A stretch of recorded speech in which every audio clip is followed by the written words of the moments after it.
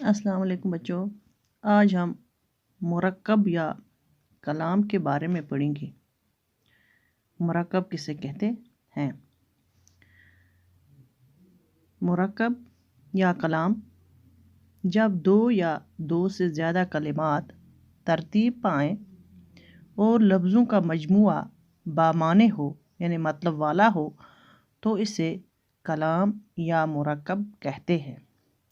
گویا کہ ہم کہہ سکتے ہیں کہ مرکب دو یا دو سے زیادہ کلموں سے مل کر بنتا ہے، یعنی جس بات کا مطلب ہو اس کو ہم مرکب کہتے ہیں، یا جس کا معنی ہو اس کو ہم مرکب یا کلام کہتے ہیں۔ مثال کے طور پر ہم مثال لیں گے، میری کتاب، گھر آؤ، سب لوگ، یعنی اس کا کوئی مطلب ہے، اس کا کوئی معنی ہے۔ مثال دی ہے میں نے کہ میری کتاب ہے، یعنی اس کا مطلب ہے۔ اس طرح مرکب کی اقسام، پھر آگے مرکب کی قسمیں ہیں۔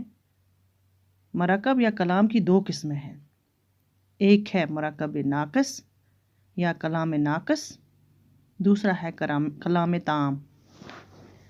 کلام تام یا مرکب تام، یعنی مرکب کی اقسام میں کیا ہے؟ دو قسمیں ہیں، ایک ہے مرکب ناقص، دوسرا ہے مرکب تام۔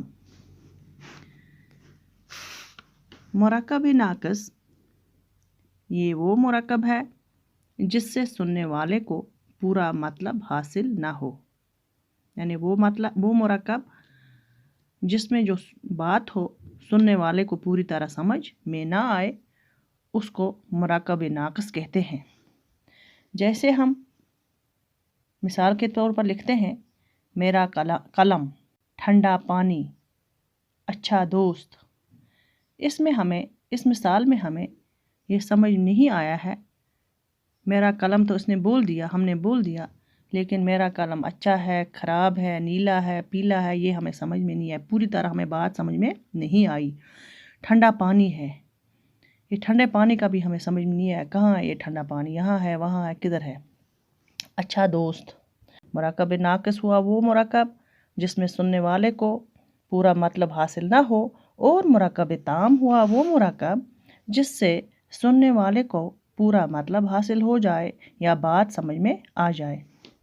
ہم پھر اوپر کی مثالیں جو دی ہیں ہم نے ان کو پھر سے ریپیٹ کریں گے۔ مثلا وہاں اوپر میں نے لکھا تھا میرا قلم، یہاں ہم لکھیں گے میرا قلم بہت اچھا ہے یا میرا قلم اچھا ہے۔ مثال کے ہم مرکب تام کی مثال دیتے ہیں، میرا قلم اچھا ہے۔ اسی طرح میں نے لکھا تھا اوپر ٹھنڈا پانی، یہاں میں لکھوں گی یہ ٹھنڈا پانی ہے، یعنی مجھے بات سمجھ میں آئی کہ یہ پانی ٹھنڈا ہے۔ اچھا دوست میں نے اوپر دوسری مثال دی تھی، یہاں میں لکھوں گی وہ میرا اچھا دوست ہے۔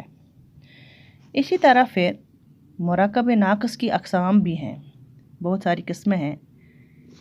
پہلی قسم ہے مرکب اضافی، توصیفی، عطفی، عددی، جاری، بدلی وغیرہ وغیرہ۔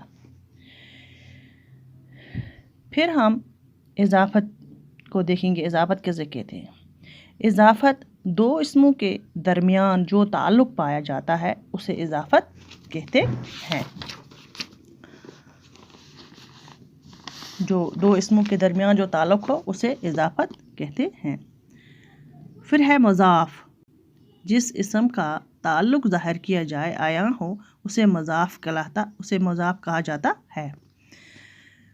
دوسرا ہے مضاف الیہ، جس اسم کے ساتھ تعلق ظاہر کیا جائے، یعنی جس اسم کے ساتھ تعلق ظاہر ہو اس کو مضاف الیہ کہتے ہیں۔